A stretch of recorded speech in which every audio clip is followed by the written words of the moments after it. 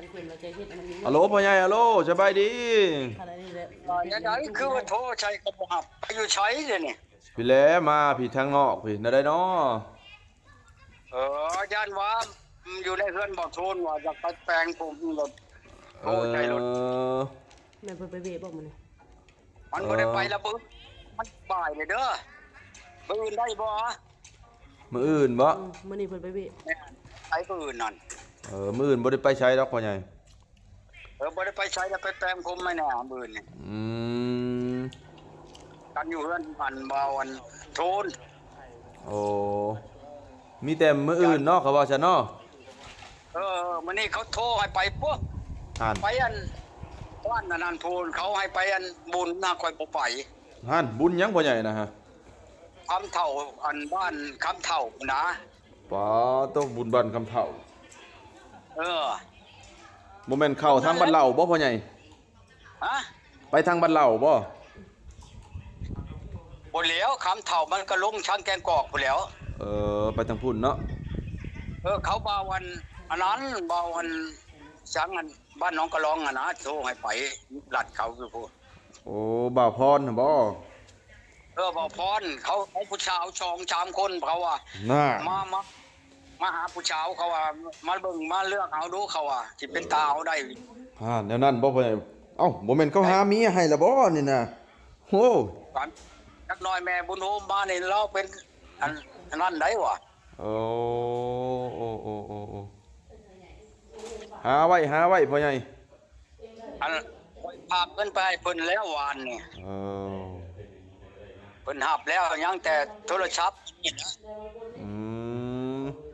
เบิ่งไว้พ่อใหญ่เบิ่งไว้เผื่อใจไว้เด้อพ่อใหญ่เด้อเผื่อตั้งแต่เรามามันบ่เว้าบ่ได้นายนี่มันหาเรื่องอยู่มันอยากอันนั้นอยู่นั่นมันบ่ได้บ่อันนั้นได้อีพุ่นข่อยข่อยเขาสิพาข่อยขึ้นที่โปนบ่ใต้อึดเขาบอกพรเว้าเขาสิพาไปโลดสิโปนเมืองพีนพุ่นบ่พ่อใหญ่สิโปนเมืองพีนไปหาอันนั้นเขาไปลงอันนั้นโอ้ยบ่ได้เว้าบ่แม่นแต่แม่นว่าแม่ห้างแม่ไม้ช่างผู้ชาวนี่สิตายทุกข์เขาว่าเขาสิพาไปนะไผนี่สิพาไปพ่อใหญ่เอารถใหญ่ไปหรือรถจักรบ่รถจักรนี่แล้วรถใหญ่ไหนเขาบ่ทันเอามาหัดโอ้แนวใดก็แนวเด้อพ่อใหญ่เด้อเสร็จถามเพิ่นดีๆเพิ่นว่าจังใดอันนั้นแหละจะว่าคือมันจะติดตามแล้วว่าสิมาอยู่แล้วค่อยบ่ทันเอาบ่หยังถ้าเพิ่นสิมาผัดพ่อใหญ่ผัดไปมีเมียใหม่หรือว่าไปมีผู้สาวนั่นย่านเพิ่นอันนั้นได้เนาะแม่นบ่พ่อใหญ่รู้ได้อันนั้นได้บ่รักแล้วตัวนั้นโอ้เจ้าแต่บ่ต้องนั่นบ่มีเวียกหยังก็นอนอยู่ในเฮือนโอ้พ่อใหญ่สิไปใช้กับพ่อใหญ่ว่าเมื่อกี้นี่บ่เอาว่าสิบุญแล้วเฮาบ่ไปร้านนี่มันยาเลยบ้านคำเฒ่าโบมอนพุ่นถ้าออกมาจักหน่อยนี่ได้บ่จ้ะพ่อใหญ่หรือบ่ว่างบ่มื้อนี้นะ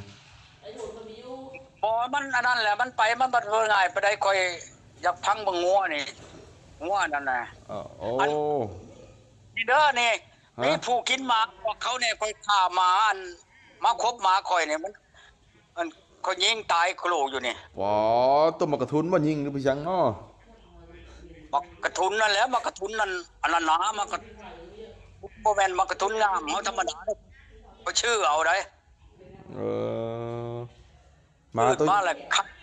วใหญ่บ่พ่อใหญ่ใหญ่เติบได้หมานี่ว่าหมามีว่าหมู่เจ้ามาหัดนี่แหละตัวโอ้เดี๋ยวสิถามหมู่ให้เด้อพ่อใหญ่เด้อถ้ามีคนอยากได้เด้อแม่ค่อยขี้คร้านอยากเผานี่ค่อยคร้านอยากจูดมันนี่หมาพิษหมาฉี่มมจังหน่อยบอกเขาแน่เขาออกมาเอาในนานี่ตายในทางออกไปนี่แหละทางอันพุ่นเลยทางหักเพืองต้องเกือบมาครบเว้า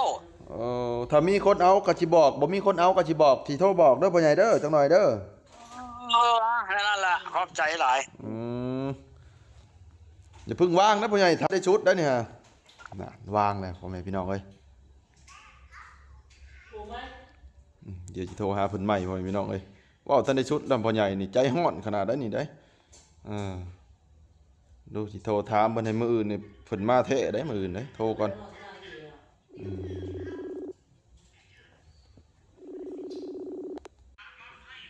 ไหนสิเว้าอันนั้นนะพ่อใหญ่ถ้าว่ามื้ออื่นพ่อใหญ่น่ะว่างก็สิให้ออกมาหั้นนะพ่อใหญ่แล้วสินัดอันน่ะช่างเพิ่นไว้เลยหั้นนะมื้อนี้นั่นเปิดกล้องนะแม่พ่อใหญ่ฮะเปิดกล้องหน้านะแม่ข่อยบ่ได้ใช้อันนั้นไหนฮะข่อยบ่ได้ใช้ผมหรออันมื้อนี้นั่นเขาอันโทรมาแต่เวียงเขาให้ขึ้นไปผูกแขนลูกสาวเขามื่นโอ้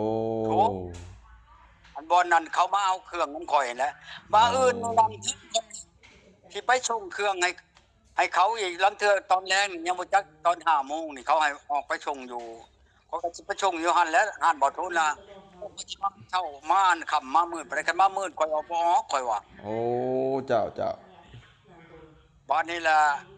เขามาฮอดแต่เว้นวาง 4:00 นหรือว่า 3:00 นปลายข่อยสิไปส่งอยู่ข่อยยันบ่เห็นฮู้ว่านั่นเนาะเฮือนเบาโทนนั่นแหละเขาออกมาหั่นน่ะคันเขาในข่อยบ่เขาข่อยว่าโอ้เขาสิมาเอาของลิ้นเช้านะนำนี่เขาสิมาเอาของดีนำพ่อใหญ่บ่นั่นบ่เขาสิมาเขามาตั้งเวียงผู้ใดมาแล้วเขาก็จะเข้าแล้วมื้ออื่นก็มีอีกมาแต่เวียง2มาตั้งแต่พี่สังบ่อแก้วพุ่นแข้งวิลาคำใช้มาแต่เวียงมาแต่บ่อแก้วมาแต่ทางเหนือเนาะว่าซั่นเนาะพ่อใหญ่เนาะมื้ออื่นนี่มาชามจุเฮ็ดเขาสิมาเอาแล้วเขาสิเมื่อบ่พ่อใหญ่หรือว่าค้างคืนบ่นอนบ่เขาให้ออกไปส่งให้อยู่แต่นอนผู้ใดอยู่ไสน่ะวันนี้มาผู้นึงมื้อนี้เมื่อแหละท่านอันมาแต่ปากช่องแดนหนาวผู้นี้ชื่อว่าปิ้งไก่ปิ้งนึงแล้วขนมนี่เห็นได้ว่าขนมนี่เลยหั่นเขาก็มีหน้าต้อนมาให้อยู่ได้เนาะก็มาให้นั่นแล้วเขามาอันให้ชูดกันผัวเขาคืนเมื่อได้อีมากผู้มาจะก่อนแจนเมียข่อยบ่ทันเมื่อนั่นก็มาแล้วอีนั่นน่ะอีนั่นละบอกอีนี่มาอีกคืนนี่มันนอนอยู่แล้วบ้านผักในตลาดนะอันนี้ในคิวโรดนี่แหละวังเช่าเนี่ยมันจ้าง3 ล้อมา3 แสนแต่คิวมัน3 แสนเขามาชงมันน่ะผัวมาสูตรต้นน่ะฮะผัวกลับแล้วบ่พ่อใหญ่ผัวกลับคืนแล้วบ่ผัวมาสูตรเอาผัวต้นน่ะมาคืนมาแล้วได้2 คืนแล้วมันว่านั่นเรียบร้อยเด้อเนาะดีอีหลีเนาะเครื่องพ่อใหญ่เนาะผัวมันน่ะมาแล้วแต่บรรทุกอีกจัก4-5 มื้อสิมาชมนาบุญคุณอีกมันว่าจ้าว่าเด้อว่ามาชูดลูกออกรถน้ำเลยมันว่าอีนั่นกับบ้านคนนั้นบ้านเดียวกันนั่นแหละอยู่แดนดักปักช่องแดนหนาวนั่นแหละแสดงว่าเขาเอาต่อกันไปนะพ่อใหญ่เนาะเอาแล้วผู้นี้ได้แล้วผู้นั้นบัดแม่นป้ากันเขาบอกกันน่ะผัวเต็งมาแล้วไปนะแม่ประชุมอยู่หั่นอยู่นี่จ้าเอาโอเคจ้ะพ่อใหญ่โอเคขอบใจหลายๆจ้ะพ่อใหญ่ตกลงนั่นได้ก็ดีเดี๋ยวมื้ออื่นเจอกันเด้อพ่อใหญ่เด้อพ่อพี่น้องเอ้ยอันนี้ก็พ่อใหญ่ก้อนโทรมาว่าจะมาเฮ็ดผมก็บ่ได้เฮ็ดมื้อขุดคาเวียอีกแล้วตัวยิงคนมาเนาะพ่อใหญ่ก้อนนี่โหดเลยพ่อพี่น้องเอ้ย